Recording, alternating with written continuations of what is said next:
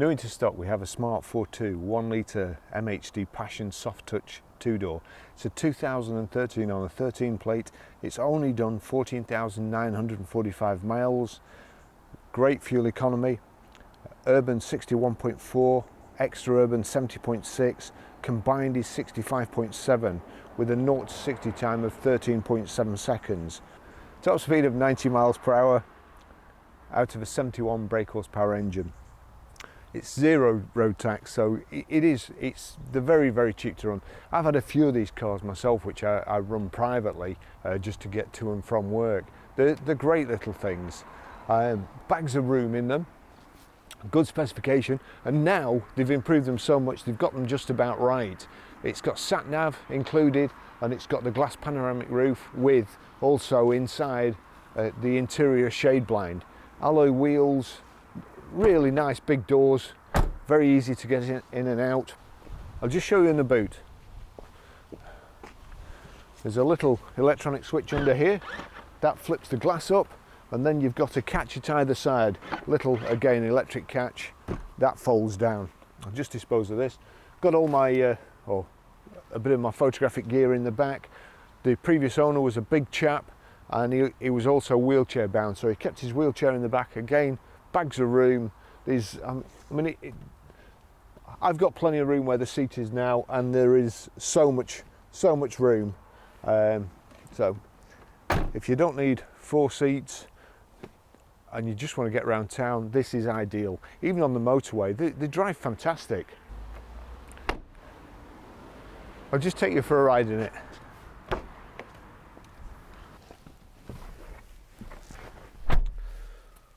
Blade key with remote central locking. That goes into the centre here, just behind the gear selector. Foot on the brake. I'll put my right foot on the brake, and that's it. Start up. Let's just adjust this. Turn the fan down. Radio off. You've got your aircon button here. Heated rear screen. Recirculating air. Direction of the airflow. Your sat nav screen. I'll show you how to program that in a short while. Let's see, menu. So you've got telephone there. I've not programmed my phone to it yet. I'm just wondering whether we've also got, yeah, it looks like we've also got Bluetooth audio streaming. So you've got Bluetooth there, USB, iPod, auxiliary in, and looks like an SD card. Eco switch here, which I shall knock off straight away. Really good specification. There is bags of room. You think these are going to be slow, they're not. They're pretty comfortable as well. I really like the glass panoramic roof here. There is a shade band, but as you can see here, I've had to fasten a camera because there's no proper headrest, so I've had to stick a camera to the roof, so I can't pull the shade band across. But I'll take you for a drive. So it's kind of a clutchless manual or automatic. There's a little button on the side there that knocks it between manual and automatic. Automatic's far better. Once you get used to driving it, you know when it's about to change gear. If you just let your foot off the accelerator just a tiny bit, it changes gear imperceptibly. If you drive it silly and you rev and just keep your foot down, then the gear changes can be a little bit jerky. But like now, if I just let my foot off the accelerator now, it just changes gear and you don't even know.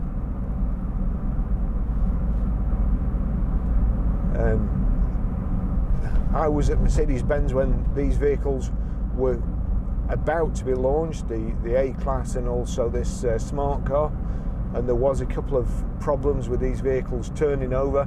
Only if you turned sharp right or left and kept your foot on the accelerator.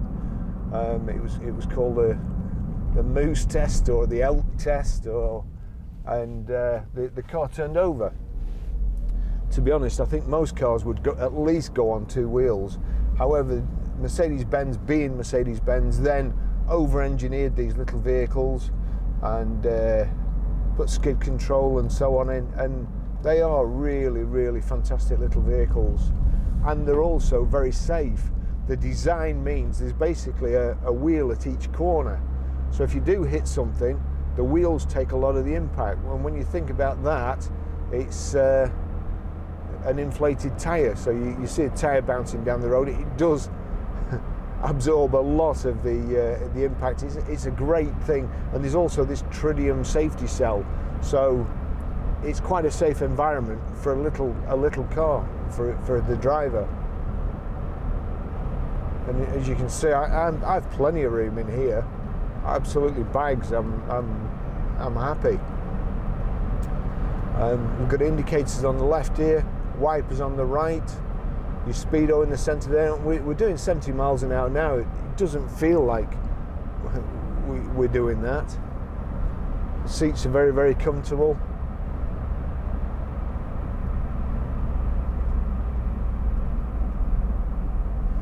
You can always find a parking space for these as well. In fact, you can even reverse straight in at a 90-degree angle to the curb and still take up less than a normal parked car.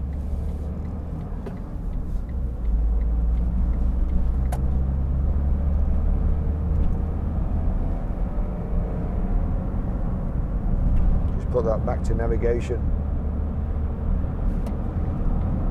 When you've been driving for a short while, taking your foot off the accelerator becomes second nature, and it's just a very smooth. Round town, it's fantastic.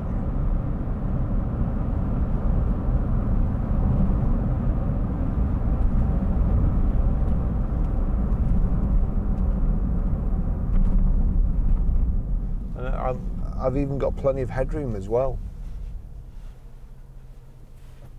Just check the controls. So the adjustment for the seat is at the bottom left hand corner here, and then the backrest is here. It's certainly well finished, I would say. The door mirrors are manually adjustable, but to be fair, it's only a matter of reaching there. And the thing with electric switches these days is, if it's just a single driver anyway, you adjust the mirrors once and then never again, and then when you sell the car, the electric door mirrors don't work, and the poor car dealer has to put new ones on, or at least get them working again, free them off.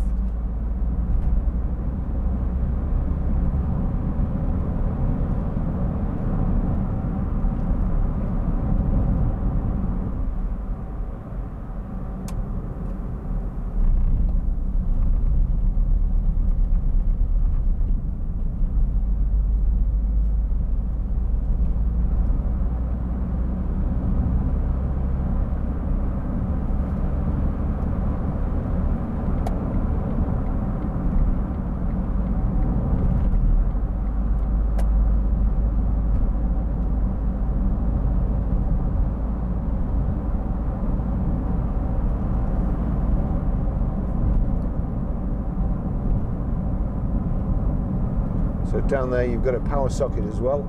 It's quite dark, I can't see. 12-volt power socket. You've got a cup holder which looks like it would take a pint pot too.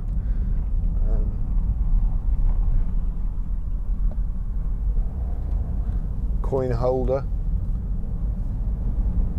We've got the books, and also it's 114,000 miles, and it was serviced at 8.5, I think, or 8,400. So we will give it a check over as well.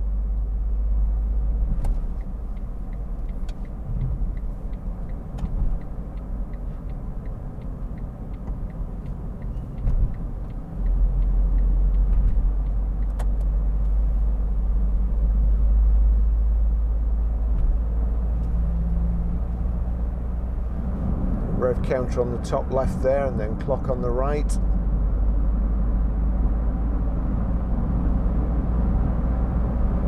Multi-spoke alloy wheels.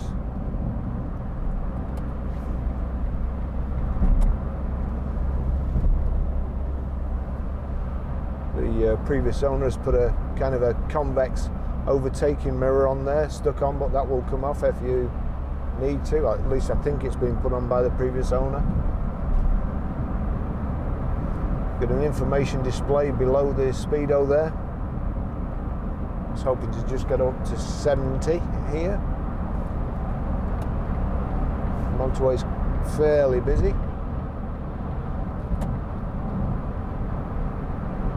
So that would be 70 now at 3,000 revs.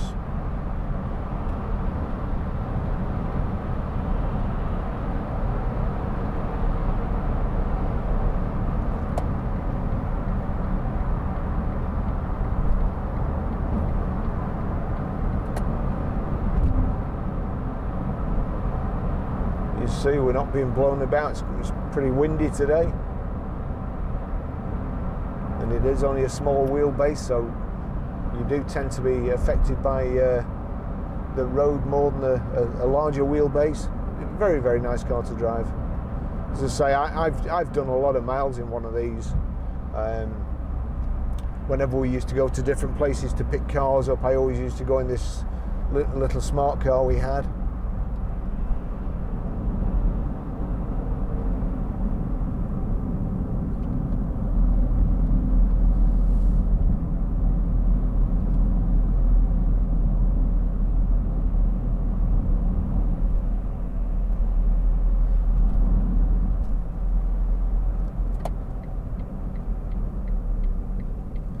I do have a habit of, when I grab the gear stick, the little button on the side there, if I press that little button, that knocks it into manual. It tells you what gear you're in, which at this moment would be third. The lights have changed now. But you don't tend to notice until you realise that the car is over revving. And then you just knock that in. To put it in reverse, you knock it across and back, so that's in reverse.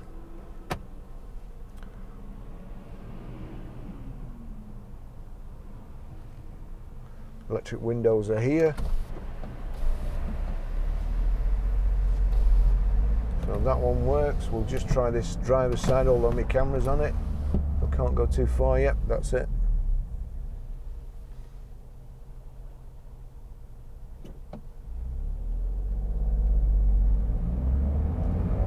So there you go, it holds it in gear, but it's telling me to change. And there, if you just click forward. But far better, press the little button on the outside. It's in automatic and it does everything itself.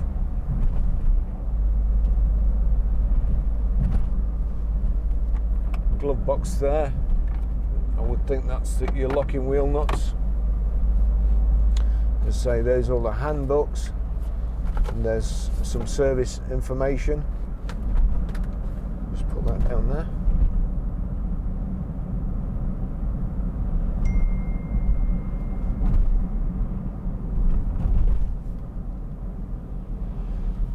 That was a live chat, but obviously I can't take it at the moment while I'm driving, so hopefully John's got that back at the garage.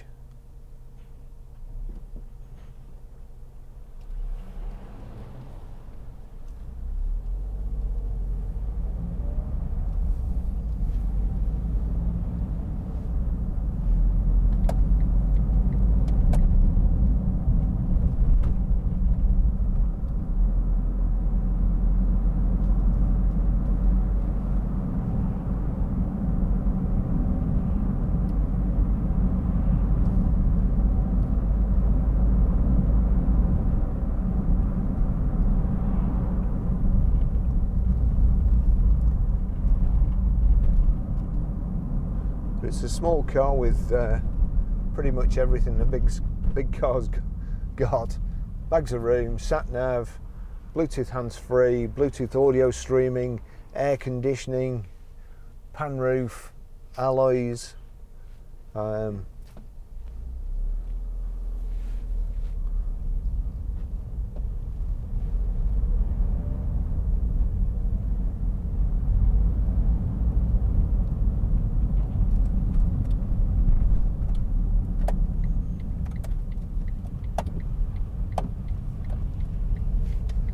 test the wipers. There's a rear wash wipe as well.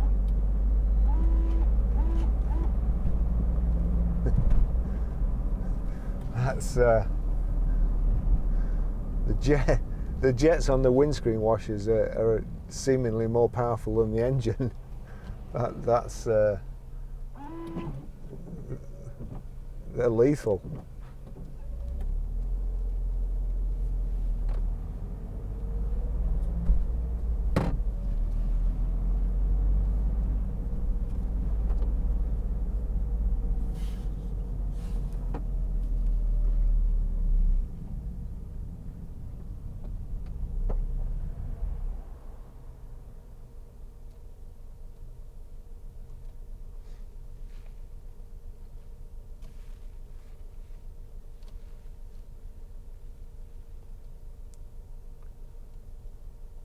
It's just to put things into perspective, there's a lot of cars that a full-size wheelchair won't fit into, and the chap that part exchanged this, his wheelchair was extremely big and it sat up behind him, so the cars were very, very well thought out.